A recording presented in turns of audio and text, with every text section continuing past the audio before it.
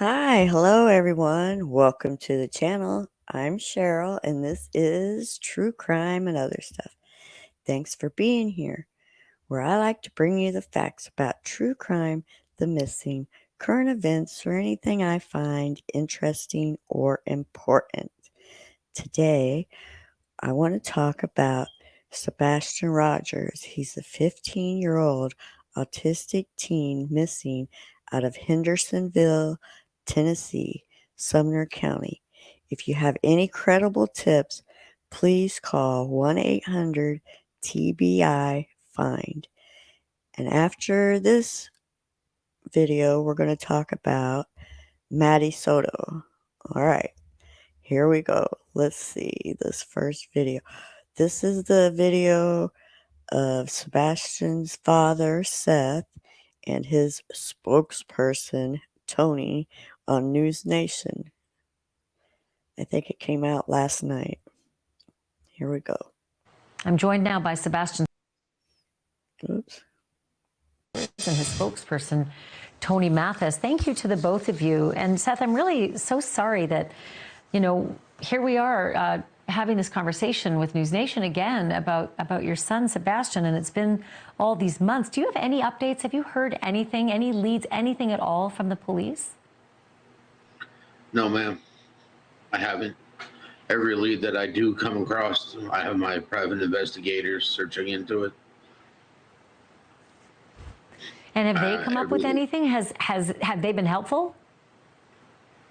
Well, we've had pictures and stuff come in. My private investigators track it down, and then we find out that it's just another rabbit hole. Sumner County, I give them all the tips that I get. Just not really. And so when you give them the tips that you come up with your private investigators, are they thankful? Do they indicate to you that this is helpful? Do you have a good relationship with the police? Do you feel like they're on your side, that they're working hard?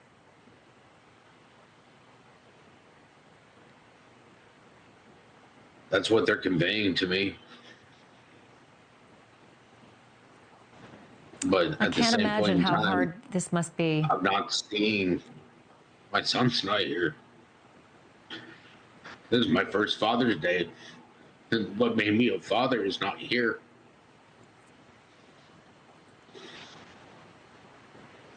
I'm so sorry. I am just so sorry. If there's, anything we can do, we'll keep the story, in the news. What's so bizarre is that Katie and Chris packed up and left that home. Are you in contact with them at all? I know originally they weren't talking to you at all. They weren't sharing information, which also seemed bizarre to me. Even if a split up is acrimonious, you still have this shared goal, right? To find your boy. Has it gotten any better between you and Katie in terms of sharing info? It doesn't feel like a shared goal. It sure doesn't feel like a shared goal. Wow. It feels like it's only my goal and all of Sebastian's army. It's their goal. It's my goal to find Sebastian. But as for contact between me and the Proudfoots, there has been no contact. Still nothing. It's like I'm the only one that misses my son. Let me ask you, Tony, if you can jump in here. I know that you and Seth asked for the FBI to engage, take over, become a part of the case. Where has that gone, if anywhere? Well, as you well know, Ashley, it's only going to go somewhere if the Sumner County asks for them to take the case over.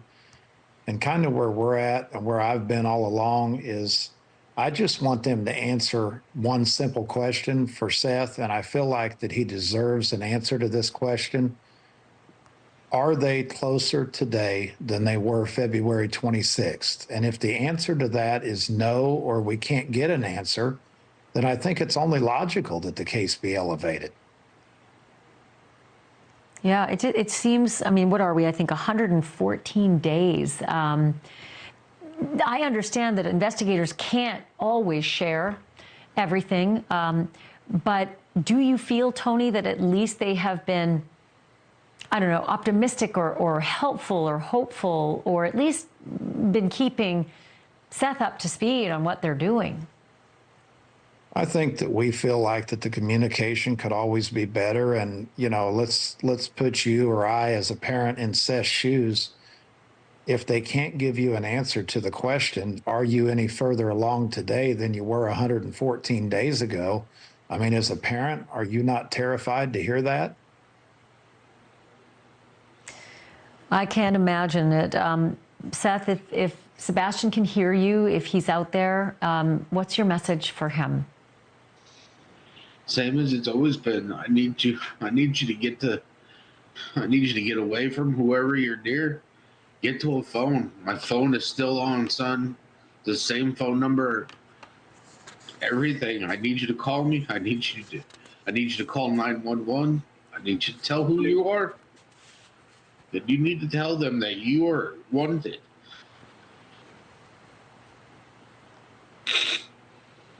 I need you home. I need to know you're safe. I need you, buddy. You've always been my buddy, and you will always be my brother. Stay strong, Seth. We got your back here. We're going to keep the story on the air. Somebody knows something, and there's going to be a lead that turns up. In the meantime, we do want people to know, Seth Rogers and Tony Mathis, thank you for this. We do want people to know that if you have any information on the whereabouts of Sebastian Rogers, please call the Sumner County Sheriff at 615-451-3838. Again, take a picture of your screen. I always say it's 615-451-3838. Thank you for watching. Go to newsnationnow.com to find News Nation. That is heartbreaking. Oh my goodness. Poor Seth. Poor Seth. I can't imagine. Makes me sad. Okay. We're going to watch a little bit of Nancy Grace talking about Maddie Soto, and then that'll be it for today. So let's take a look at Nancy. Is she actually buckled in? Whoops. Was just 8 years old. What in the heck? That's right. Is she actually buckled in? Dead? Breaking news tonight. Little Maddie Soto, just 13, now believed to be dead when she is actually buckled in with a seatbelt in the car of her mom's boyfriend. That's right. Is she actually buckled in, dead, and he's driving around with her? That's crazy. Because when you look very carefully at Granny's surveillance video, she's tilted over to one side, her head is over, and her mouth is open. Is this, after years of sex abuse by mommy's live-in? I'm just trying to take it all in, and from what I can determine from our own investigation here at Crime Stories, that sex abuse by mommy's boyfriend started around the time little Maddie was just 8 years old. I am learning now from a treasure trove of state's documents that the night before Maddie, just 13 years old, went missing, translation, murdered. The night before she goes missing, her mother sent her to bed with the live-in. Can you imagine that? So that's horrible. mommy could get a good night's sleep. Good evening. I'm Nancy Grace. This is Crime Stories. Thank you for being with us.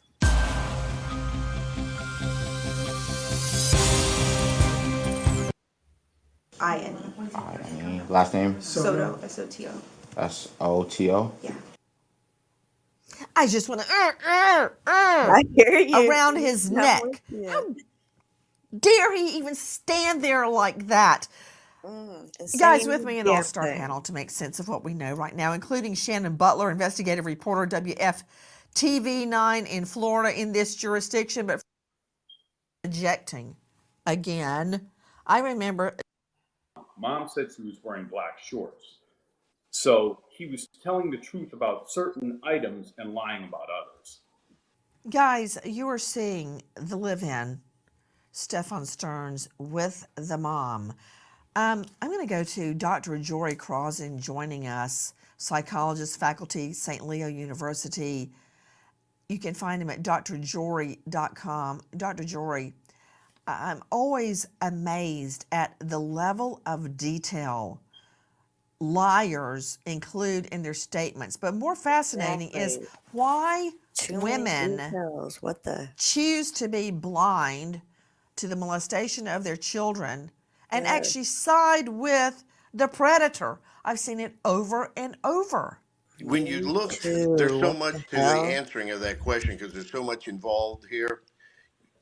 You can see that there's definitely a different type of relationship between the mother and the live-in boyfriend. When that first video, you watch the body language of both of them, they're almost in like support of one another with their story. It's like mother has a knowledge that there's some complicity on her part of this involvement here, and that she may not have all of the information from the boyfriend right now. And so she's kind of almost treading softly, even maybe fearing the worst has happened. But they're complicit in their actions. And I don't think they've gotten time to be alone to either share what's going on. And I don't think that the live-in boyfriend for sure has told the mother that he has killed her daughter. It's amazing to me that women will stand by a guy that is molesting their child. I don't get it. To Teresina Niles, this is Maddie's aunt on the dad's side. Teresina do you know whether the bio dad has confronted Maddie's mother? Confronted her in the past about other things, or I'm confused. Well, yes, Sorry. that's a good start. Thank you. Did he ever confront her about the living situation with the boyfriend? No, I don't think a lot of us were aware of any of that. So that was hidden from the bio dad. Has he tried to get in touch with the mom since her body was discovered? No. Everything has gone through the correct actions to communicate with the liaisons that they have in place. I'm worried that Maddie's dad is blaming himself, and he should not. Is he? Because that's a very normal reaction. To many degrees, for sure, with my brother-in-law and my sister, and just the rest of the family in general. It's hard not to. There was no signs, but it's looking back, you just, what if we could have done, or what if we would have known? And I bet there it's was really hard not to live in that and attention. see them going through it. So it's definitely been a challenge. We know this case has gained significant public attention because Madeline had just celebrated her 13th birthday and was just a child. The evidence shows an individual that was entrusted to keep Madeline safe made calculated moves to dispose Madeline's belongings and place her body in a wooded area before she was ever reported missing. For the 4 days following her disappearance, the entire community was actively looking to find Madeline safe and alive. I want you to hear the boyfriend, Stefan Stearns, speaking to police, and what a wild story he gives. Reminds me a little bit of Top Mom Casey Anthony. Her story kept changing and getting bigger and bigger and bigger of a lie. Same here. Listen. at 8:10, your car is seen going southbound at this intersection. So meaning going toward Kissimmee. I had forgotten something. I had forgotten my gate clicker. I'm sorry. I forgot. I had gone back to the house real quick after we left because I forgot my gate clicker. I actually had to go through the front gate and use my parking pass to grab my clicker. So it was the wrong time.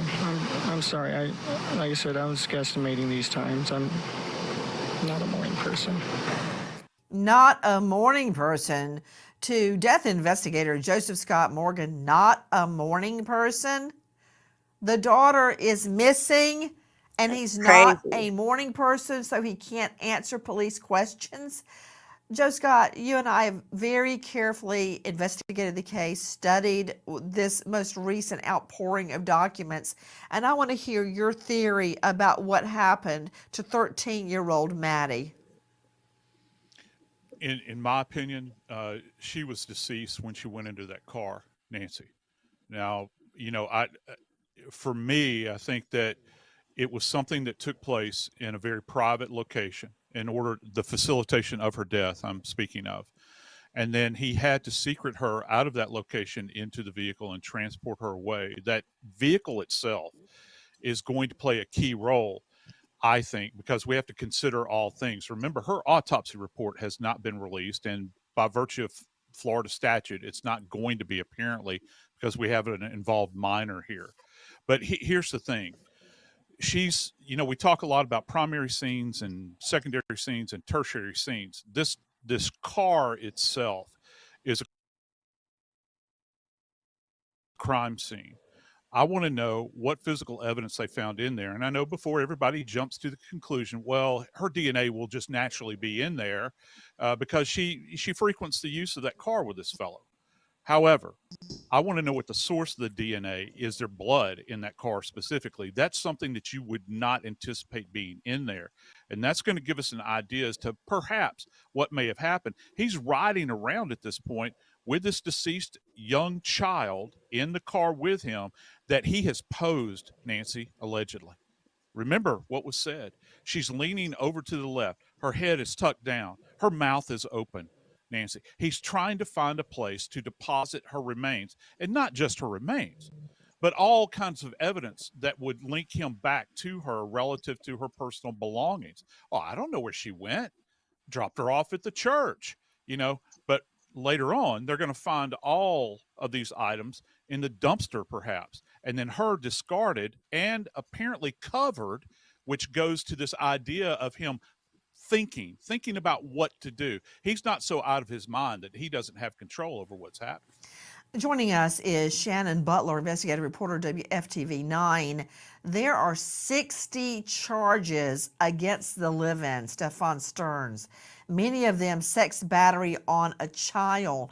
And I'm wondering if they're not getting a lot of that from his phone. Of course, he said that morning he did a massive factory reset. Those are his words, not mine. Massive factory reset. Wow, that's quite the coincidence, is it not, that he does a factory reset on his phone the moment she goes missing? So what are these sex battery on a child charges predicated? So I think that was the first red flag for investigators. I think they knew the minute he reset that phone that they needed to get to that phone. When they downloaded it, there was horrific images, 1,700 images on that phone. That was at the moment they realized, something was terribly wrong here. And that was what they originally arrested Stefan Stearns on. It wasn't until later that they filed those murder charges. But those videos gave them a very good indication of what was going on since she was 8 years old. And that gave them plenty to go on to start to look at other things. What was she last seen wearing? green hoodie, Green hoodie. white Crocs, White Crocs. either blue or black pants. I think black shorts. Black shorts? Yeah. Black shorts? Okay. Black shorts. Alright. Do you know if she has like friends in the area? She does, but she doesn't know where they live. She doesn't know where they live. Okay. I asked all of them. Guys, I've been looking at the particular charges, and I want to go straight out to Jarrett Fiorentino, former homicide prosecutor in Pennsylvania.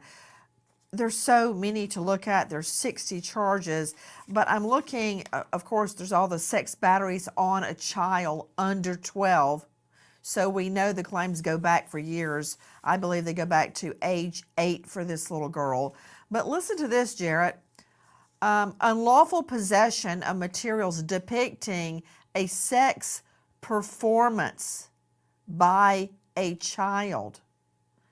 That says to me there's a strong possibility he actually videoed the sex abuse on Madeline. Nancy, that is certainly a possibility based on the charges against him at this point. And it could even go to motive, intent, and opportunity to have killed Maddie to cover up what he was doing. I also note recovered in his vehicle was a phone tripod used for filming, which again, that's just my mind assessing the evidence and looking at what was recovered here. It's not too much of a leap to think that somebody collecting child sexual abuse materials wouldn't be documenting the abuse he's committing on Maddie. So those charges may be just that. To Teresina Niles, this is Maddie's aunt. Teresina, what is your message to parents listening tonight? When Maddie passed away, at the funeral, we all went as a family and promised her that she didn't die in vain. And I wanted to work really hard in ensuring that with, taking care of being strong for my family and also being strong for her. I know that since this has all started and happened, I've worked with many advocates that are local in Florida, and they've really helped kind of bring all these communities that have reached out to my family and I, supporting us during all of this. And it's solely on Maddie's behalf, and it hasn't gone unnoticed for sure. It's amazing to me that you and Maddie's father can put one foot in front of the other. And I want to thank you for being with us today and sounding the warning for other parents out there, because Maddie never mentioned any of this to her father. He didn't see any signs, not just him. You didn't, the stepmom didn't, the teachers didn't. Very rarely do child molestation victims actually speak out. They think it's all their fault and they're embarrassed. So they go to great lengths to actually cover it up. And I hope her dad knows that. Guys, I want to report that this. Okay, on that note, we're going to stop here, and when I have more news, I will bring you more news. Also, I wanted to thank all my subscribers. I have over 1,800 subscribers now. I'm trying to get monetized, so I need 3,000 watch hours, and I have almost 2,000. So I got to get another 1,000 and a couple hundred more watch hours, and then I can be monetized. So I'd like to thank y'all very much, and have a good day. Thanks for watching my videos, and peace.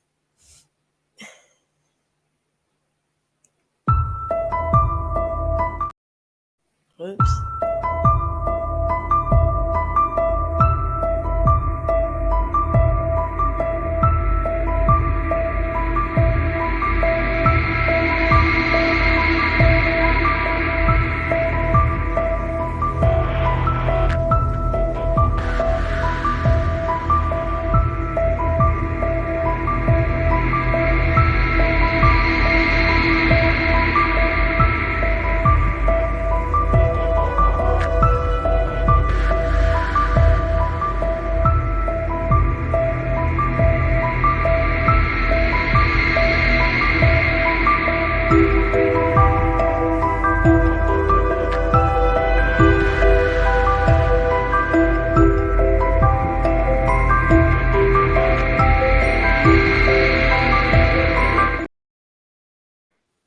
Hey bros, what's going on? This is Cotton Eye Bob. Be sure to subscribe to my channel if you haven't already, because subscribing makes you feel good. Thanks for watching my videos and have a good one. Peace.